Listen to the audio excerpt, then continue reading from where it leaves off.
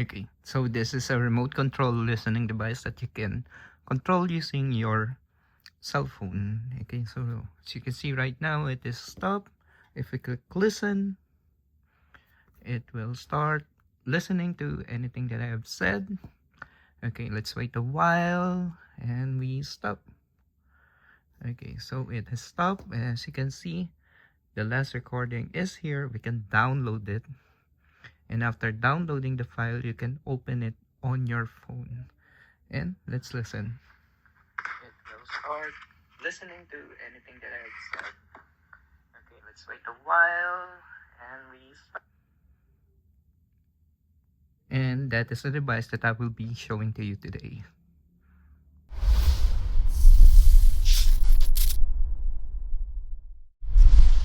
Okay, so what you have seen is this ESP32-S3 e-paper from Waveshare. Now, out of the box, it does nothing. And so I have written a custom firmware for it to be a listening device because this device has a microphone, a very nice screen as you can see, and a codec that will let you record whatever you say on the microphone. So let's check the firmware. Okay, so if you want to have your own, I'll be sharing you the link. Just note that that would be my affiliate link, and I will be getting a certain percentage every time you buy it from the Waveshare website using that link. But the thing is, the firmware, I have set it up on my GitHub. I will be sharing it down below so that you can easily flash this device. When you are flashing it, just take note on the page before you attach it on the laptop where you will be flashing it. You'll have to press this boot button. Then you plug it in and then you release it. Okay, so that will tell it that it will be on flash mode and you can write the firmware on the memory. So it's that easy. Okay, so let's dig in. So after you flash it, you will see something like this, like stop. Okay, now if you want to manually do the stop and listen, I have programmed the boot button, which is this one, to start listening. And you can see here that it is listening. And you can click to stop listening. Okay. Now, if you be going to control it on the website, okay, what you need to do is to connect to the Wi-Fi connection of this device. Okay. Now, for me, you just go to, let's just focus here. Okay, so I am connected to Hakista TP. By default, the name of the Wi-Fi would be Hakista and the password would be Hakista also, with the letter I as number 1, all small letters. So that is on the GitHub. It is documented there, the default password after you flash it. And what you can do is you can go to 192.168.4.1. So let's go here. Okay, this is what I've shown you earlier, listening. Okay, so listening, you want to have the device remotely listen to it. And by the way, the last recording is also here. So the one that we have recorded with the manual button, you can listen it there. Okay, but if you want to remotely control it, you click listen, and as you can see, it is now listening. You click stop, and it is now stopped. And this latest recording will be the one that had been recorded here. Okay, let's go to home, and if you want to see all of the recordings that you have on the SD card, it will be right here. Okay, let's go back to home. Let's go to settings.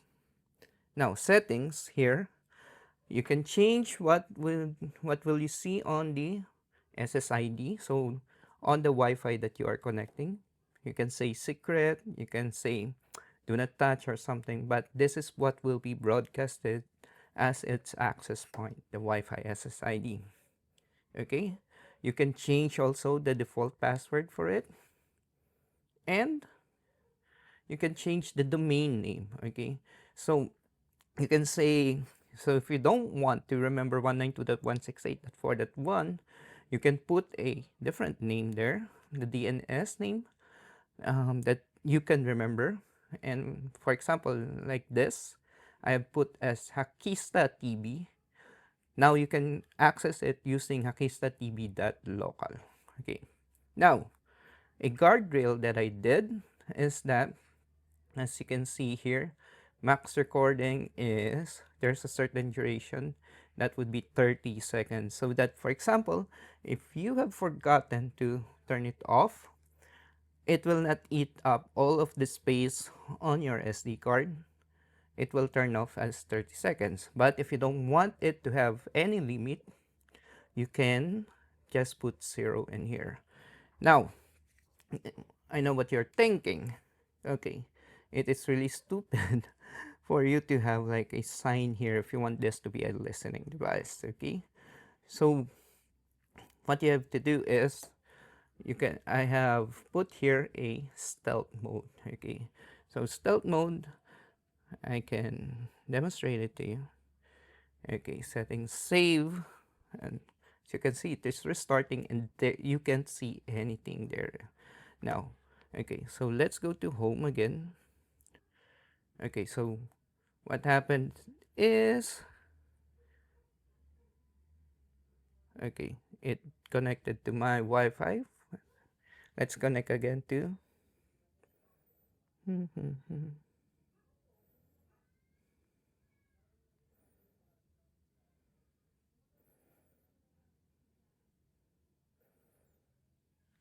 okay, so I have connected again to the Wi-Fi. And as you can see, it is not showing any sign that it is recording. Let's click listen. Okay, now I am listening, but you don't have any clue that this is running. Okay, let's wait for a little while just to make sure. Then we'll click stop. Okay, so once it's stopped, let's download this. Okay, so it is now downloading. Go to the file and let's open it. Okay, now I am listening, but you don't have any clue that this is running. Okay, let's wait for a little while just to make sure. Then we'll click stop.